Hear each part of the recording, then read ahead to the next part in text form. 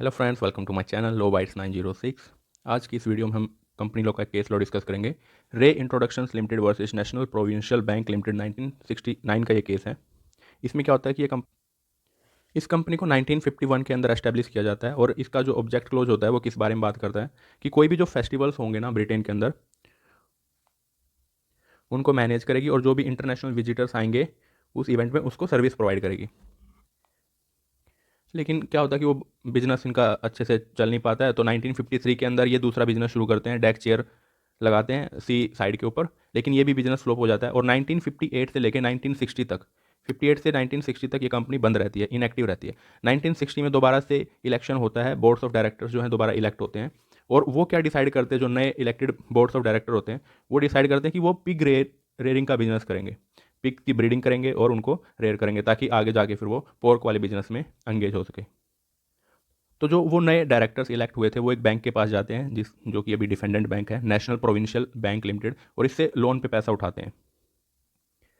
क्योंकि लोन की जो पैसा था वो ओवरड्राफ्ट होता जा रहा था, तो बैंक कुछ बोलता है कि कुछ ना कुछ तो सिक्योरिटी आपको देनी पड़ेगी। तो जो कंपनी है वो 2 डिबेंचर इशू कर देती है। डिबेंचर क्या होता है कि कंपनी की जो एसेट है उसको एज ए सिक्योरिटी देते हुए डिबेंचर इशू किए जाते हैं कि सपोज करो कि ये कंपनी की ज़मीन है, इसके ऊपर इसको सिक्योरिटी की तरह ट्रीट किया जाएगा और अगर लोन नहीं चुका पाएंगे तो ये जो ज़मीन है ये बैंक सीज कर लेगा, फिर अपने कब्जे में ले लेगा बाद में। कंपनी ने क्या किया था, जब बैंक से वो लोन लेने गए थे, जो सिक्योरिटी डिबेंचर इशू किए थे, उससे पहले कंपनी ने अपने जो मेमोरेंडम ऑफ एसोसिएशन होता है और जो आर्टिकल ऑफ एसोसिएशन होता है कंपनी का, वो बैंक को दे दिया था। और बैंक को इस चीज़ का नॉलेज था कि जो पिग ब्रीडिंग का बिजनेस में जो कंपनी एंगेज हो रही है वो कंप्लीटली अल्ट्रा वायर है, जो कि उसके मेमोरेंडम है, वो बियॉन्ड द कैपेसिटी था कंपनी के। और इस चीज़ का नॉलेज जो था, इस चीज़ के बारे में अवेयरनेस नेशनल प्रोविंशियल बैंक को थी।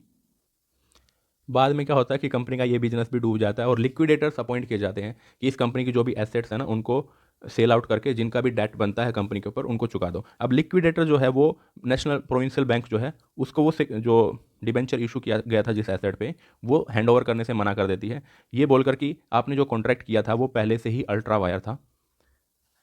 तो लीगल इशू क्या अराइज होता है इस केस में, whether borrowing the money in question the company was acting within its power and could give the bank a valid surety.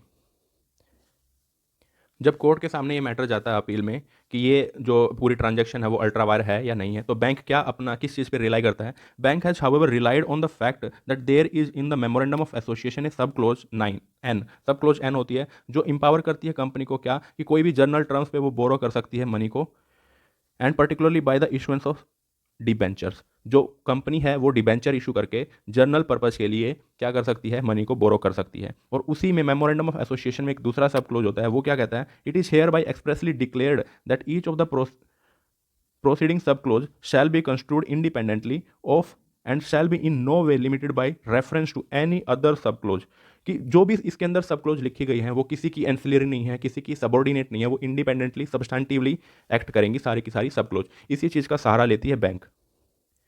And in light of the above mentioned subclause, the defendant bank argued that the sole obligation of defendant bank was to ensure the presence of explicit authority to borrow the money। और bank क्या argue करती है कि उनका काम सिर्फ ये देखना है कि क्या ऐसा कोई express provision memorandum of association के अंदर लिखा गया है या नहीं लिखा है। और क्योंकि यहाँ पे ये क्लोज एक्सप्लिसिटली बोल रही थी कि बैंक जो कंपनी है वो बोरो कर सकती है मनी, तो बैंक को ये नीड महसूस नहीं हुई कि उनको फर्दर आगे इसके बारे में इंक्वायर करना चाहिए।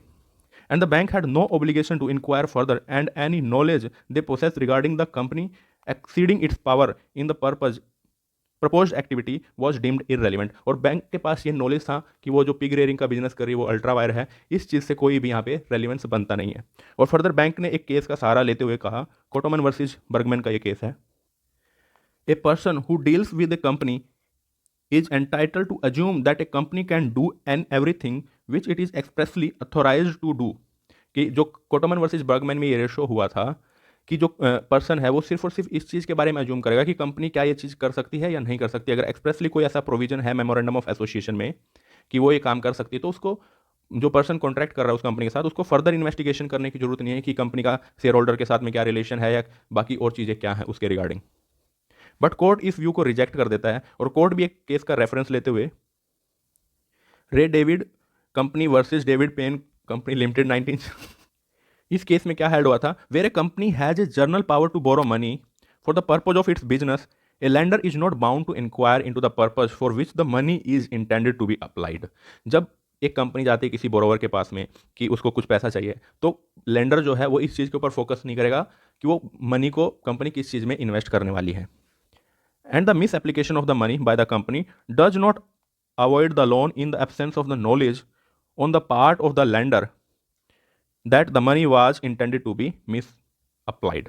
यहाँ पे इंपॉर्टेंट जो चीज़ है नोट करने वाली ये है कि इन the absence of the knowledge, in absence of the knowledge, अगर तो वो बोनाफाइड पर्पज़ के लिए मनी दी गई है. सपोज करो कि एक बैंक है, आपकी एक कंपनी, और आप बैंक के पास जाते हो और उससे जो जनरल पर्पज़ के लिए मनी बोरो करते हो.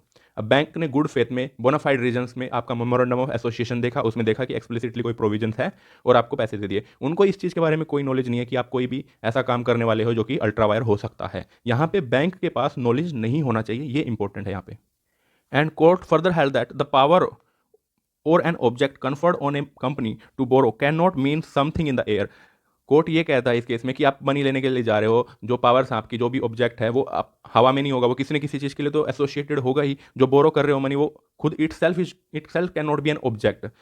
Borrowing is not an itself and must be for some purpose for of the company. और जो बोरो कर रहे हो मनी वो किसी न किसी पर्पज के लिए तो कर ही रहे होगे.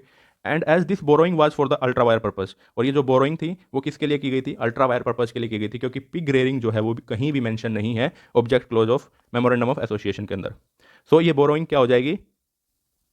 अल्ट्रा वायर हो जाएगी. So this borrowing was not for a legitimate purpose of the company, the bank knew it.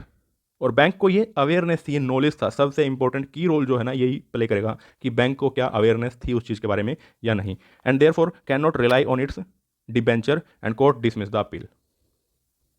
I hope आपको ये चीज़ जरूर समझ में आई होगी कि बैंक के पास ये अवेयरनेस होना कि सामने वाली कंपनी जो है उसको वो मनी जो बोरो करेगी वो किसी अल्ट्रा वायर पर्पज में नहीं करेगी, ये इंपॉर्टेंट चीज़ है इस केस में, और यही इस केस का क्रक्स निकल कर आता है. आई होप आपको ये वीडियो जरूर समझ में आई होगी, और आप इसकी पीडीएफ जो है मेरे टेलीग्राम चैनल से डाउनलोड कर सकते हो. टेलीग्राम चैनल का लिंक डिस्क्रिप्शन में मिल जाएगा. Also you can search my Telegram channel by name lobites906. If you haven't subscribe to my channel please subscribe to it. Thank you so much.